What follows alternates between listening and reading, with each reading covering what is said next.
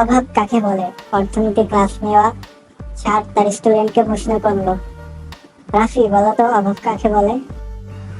অর্থনীতিতে অর্থনীতিতে বস্তুগত বা অবস্তুগত কোনো দ্রব্য পাওয়ার আকাঙ্ক্ষাকে অভাব বলে। ছেলেটা উত্তর দিল, এটা তো অর্থনীতির ভাষায়।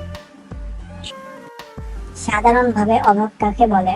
অভাব বলতে তুমি ঠিক কি বুঝো? ছেলেটি মাথা নিচু করে বেঞ্চের দিকে তাকিয়ে আছে। কি বলবে ভেবে পাচ্ছে না। স্যার আবার বললেন, বলো। ছেলেটি এবার বলতে শুরু করলো। আমি কলেজে আসার সময় মা আমাকে ভাড়া দিতে গিয়ে তার ব্যাগ তন্ন তন্ন করে খুঁজে বের করে অনেক কষ্টে আমাকে 20 টাকা বের করে দেন। আর আমি বাড়ি থেকে বের হয়ে 5-7 মিনিট পর বাড়িতে ফিরে ভাড়ার টাকাটা মাকে দিয়ে বলি, মা আজকে কলেজে ক্লাস হবে না। মা তখন বলেন, আগে খবর নিবি না ক্লাস হবে কি হবে না? মায়ের সাথে লুকোচুরিটা হচ্ছে অভাব। বাবা যখন রাত করে বাড়িতে আসেন, মা তখন বাবাকে জিজ্ঞাসা করেন, এত রাত হলো কেন ফিরতে? বাবা বলে, ওভারটাইম ছিল না। ওভারটাইম না করলে যে সংসার চলবে কিভাবে?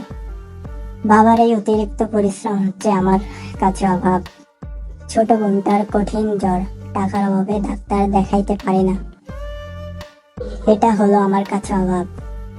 মাকে যখন দেখি ছেঁড়া কাপড়ে সেলাই দিতে দিতে বলে, কাপড়টা অনেক ভালো, আর কিছুদিন পরা যাবে। এটাই হলো অভাব।